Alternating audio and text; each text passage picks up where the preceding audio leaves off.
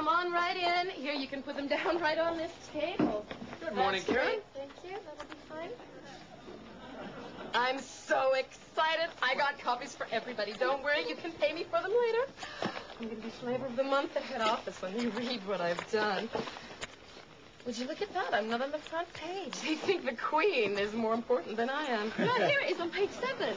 Where? Yeah, under the horoscopes. Where? Well, what's going on? Where am I? I was standing right there. Looks like you've been snipped, Miss Hanson. Local hero Lily Quang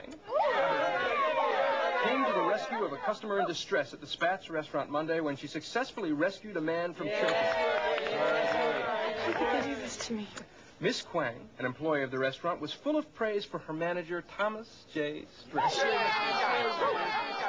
who introduced compulsory first aid classes. Let me see that. Eyewitness Stanley Rydale. Yes.